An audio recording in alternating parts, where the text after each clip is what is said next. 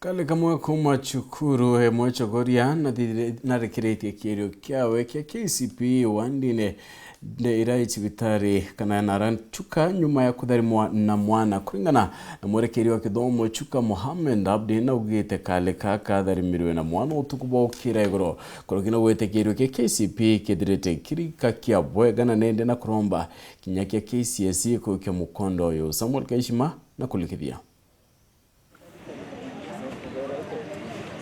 warira nkurkiari twa milioni 1.4 Kenya baikirite kathanta kamuthia kigerio ya KCPE na bangi milioni 1.2 kigerio ya KCSE murito mwe wa chukuru ya primary ya Kigerione sub county ya Chogoria ambiritie muriko wungi wa utoro ndeni ya wadi ya Tugenke ya CIBITARI ya rufaa ya Chuka.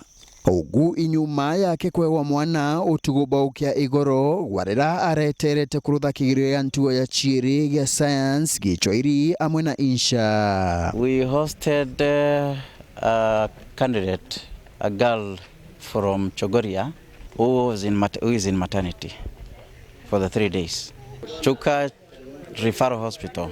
Otherwise nobody from Chuka has gotten that problem. Gatariana ikarekariru MOHAMED ABDI oranwe mwerekeria wa kithomo wa sub county ya Chuka ariuga igerio bibu ibirothekite na biarikia gutari na bagabaga no airiku. We have received all the papers for answer scripts for the candidates for both KCPE, KCSE, and so far no major challenge has been realized.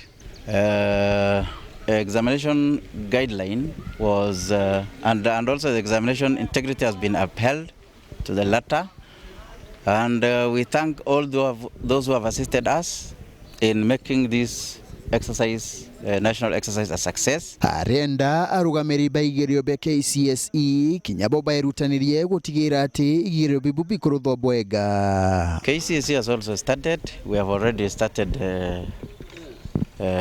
dispatching some exams in the morning, and also some scripts we have just issued them a few minutes ago.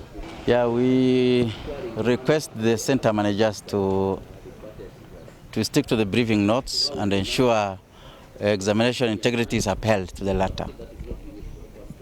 And we are anticipating the support from all the stakeholders to ensure this examination is completed successfully. Nkiripotera Weru TV kuma gichigo bunge ya Chuka Egamba Ng'ombe mbita wa Samuel Gaishima.